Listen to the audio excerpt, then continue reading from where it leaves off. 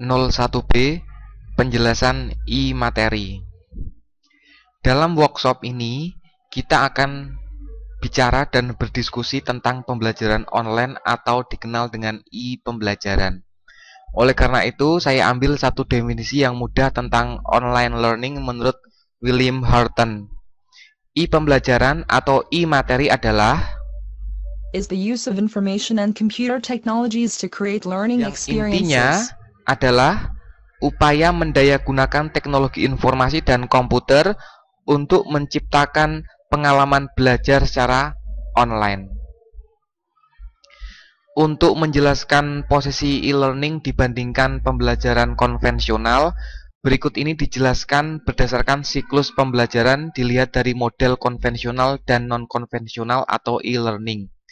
Siklus pembelajaran meliputi pemahaman materi, memperdalam isi, mempraktekkan pengetahuan, dan mengukur kemampuan.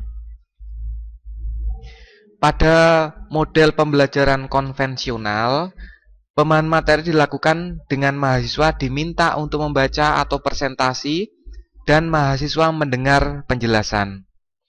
Untuk memperdalam isi, mahasiswa diminta untuk melakukan diskusi dan bertukar pikiran.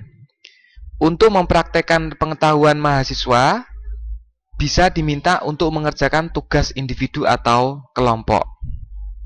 Sedangkan pengukuran kemampuan dilakukan dengan memberi kuis, ujian tengah semester, atau ujian akhir semester. Yang perlu diperhatikan dalam model pembelajaran konvensional adalah dalam penyampaian atau proses belajar mengajar dilakukan secara sinkronus atau tatap muka. Nah, ini merupakan gambar siklus pembelajaran non-konvensional. Jika dibandingkan dengan model konvensional, siklus pembelajaran di sini relatif lebih kaya dalam penyampaian materi. Dan terbukti, e-learning mampu meningkatkan pemahaman mahasiswa lebih dari 50%. Hal ini sesuai dengan penelitian Nick Van Dam yang disajikan dalam gambar piramida terbalik yang disebut dengan gambar Online Learning Continuum atau OLC. Nah, pada gambar OLC tersebut, model pembelajaran konvensional terletak pada kontinum nomor 1 dan nomor 2 dari bawah. Dengan kemampuan maksimal mengingat materi, maksimal hanya sebesar 30%. Sedangkan dengan model e-learning mampu meningkatkan kemampuan mahasiswa hingga 90%. Nah, ini merupakan posisi e-materi dalam e-pembelajaran. Posisinya ada di dalam semua siklus pembelajaran.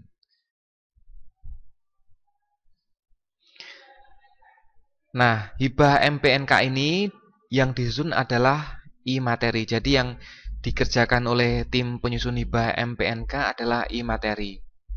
Definisi e-materi adalah Learning object is web-based interactive chunks of e-learning designed to explain a standalone learning objective. Identifikasi learning object. Ini merupakan identifikasi e-materi dan hubungannya dalam proses belajar mengajar yang diturunkan dari silabus.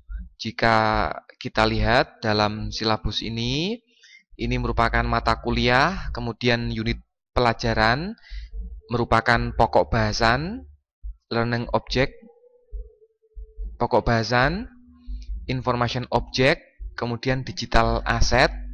Yang dikerjakan nanti adalah pada bagian format file digital asset inilah, e-materi bagian terkecil inilah. Nah, sebagai analogi bisa disusun gambar seperti ini. Ini merupakan analogi e-materi yang menggunakan konsep unsur zat. Unsur zat terkecil adalah atom yang terdiri dari elektron, neutron, dan proton. Sedangkan e-materi itu istilah lain dari topik, terdiri dari tujuan, materi, dan tes. Ini objektif, konten, dan praktis. Struktur learning object. I-materi disusun dengan mempertimbangkan aspek reusability, sehingga dalam penyusunannya perlu dilakukan secara moduler. Biasanya, setiap dosen kalau membuat bahan ajar, itu kan sesuai dengan kepentingannya atau sesuai dengan konteks dirinya sendiri. Nah, dalam penyusunan i-materi secara moduler, dosen membuat bahan ajar berbasis elemen data.